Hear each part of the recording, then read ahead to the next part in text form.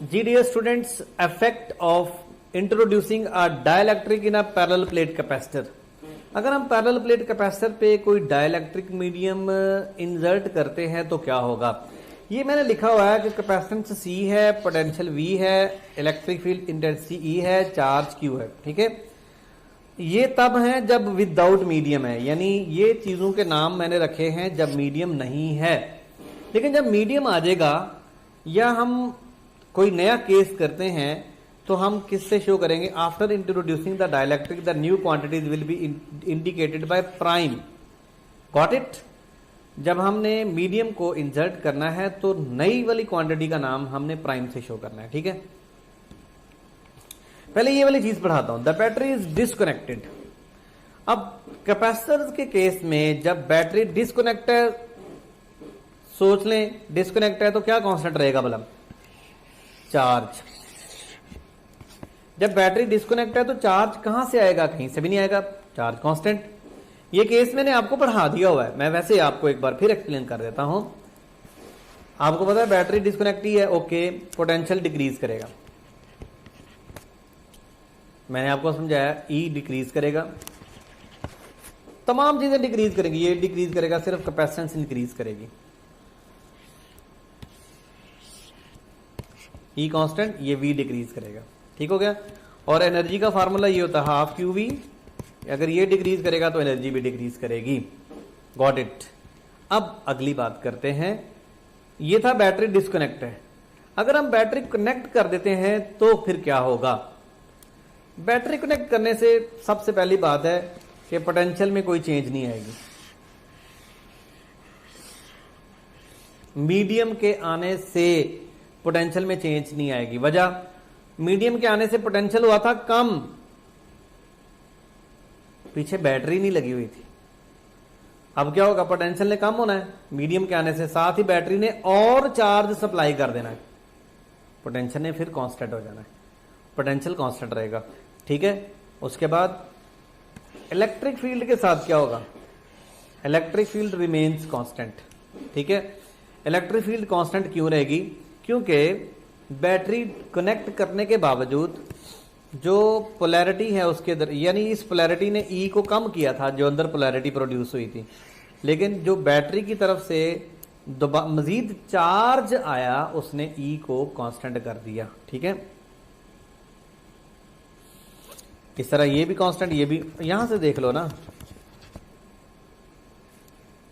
ये कांस्टेंट तो ये भी कांस्टेंट, सेपरेशन तो नहीं ना हमने चेंज की, चार्ज इंक्रीज हो गया। ठीक हो गया, कैपेसिटेंस इंक्रीज हो गई, क्योंकि मीडियम ने कैपेसिटेंस इंक्रीज करवाया तो तभी चार्ज और आया ना। एनर्जी भी इंक्रीज होगी। एनर्जी इंक्रीज होने के पीछे लॉजिक क्या है, एनर्जी डिपेंड करती है हाफ क्यू वी। अगर ये कांस्टेंट हो गया तो चार्ज तो इंक्रीज कर रहा है ना, चार्ज की इंक्रीज करने से एनर्जी भी इंक्रीज हो गई। तो ये था बैटरी डिस्कनेक्ट, बैटरी कनेक्ट के साथ मीडियम के आने से। अब हम अगली एक और नई चीज पढ़ाने जा रहा हूं, effect of increasing the plate separation, यानी डिस्टेंस को बढ़ाना है। ठीक है ना, डिस्टेंस को बढ़ाना है, ये डिस्टेंस बढ़ेगा। खैर इधर से मत देखें, इधर आ जाए। अभी बैटरी डिस्कनेक्ट है, बैटरी डिस्कनेक्ट है, सबसे बड़ी बात कांस्टेंट हो गया। ठीक है, कैपेसिटेंस इज डिक्रीज्ड। सोचने की जरूरत ही नहीं है, इसी से 2019 में क्वेश्चन आया। ओके, सी कम हो गई पोटेंशियल के बारे में, पोटेंशियल इंक्रीज करेगा क्योंकि ये constant, constant is equal to C V, C inversely proportional to V K. ठीक है, सी अगर डिक्रीज करेगा तो पोटेंशियल बढ़ेगा। सवाल ये पैदा होता है कि सर बैटरी डिस्कनेक्ट है, चार्ज और आया नहीं, पोटेंशियल बढ़ा कैसे। एक बात का जवाब दीजिए, कैपेसिटर की ये दो प्लेटें हैं, अपोजिट चार्ज हैं, क्या इनको दूर करना आसान है? नहीं, इनके ऊपर आपको एनर्जी लगानी पड़ेगी। जब आपको एनर्जी लगाना पड़ेगी तो फिर पोटेंशियल बढ़ेगा, ठीक है ना। जब आपको एनर्जी लगाना पड़ेगी तो एनर्जी किस शक्ल में चली जाएगी, पोटेंशियल की शक्ल में, ठीक है। पोटेंशियल बढ़ेगा, पोटेंशियल बढ़ेगा, पोटेंशियल बढ़ेगा, लेकिन ई के साथ क्या होगा, the electric field is constant because E का फार्मूला लिख रहा हूं, Q is equal to C V epsilon naught A V over D, ठीक है। अब ये जरा देखिए, ये सी का फार्मूला पुट किया ना, ये वाला, ठीक है। अब ये फार्मूला आ गया epsilon naught into A into E, ये वी ओवर डी को हमने ई लिख दिया, ठीक है। अब चार्ज का फार्मूला आया, चार्ज आएगा एप्सिलॉन नॉट ए ई, ये भी बैटरी डिस्कनेक्ट पे, ये भी कांस्टेंट, ये भी कांस्टेंट, ये भी कांस्टेंट, तो ये भी कांस्टेंट होगा फिर।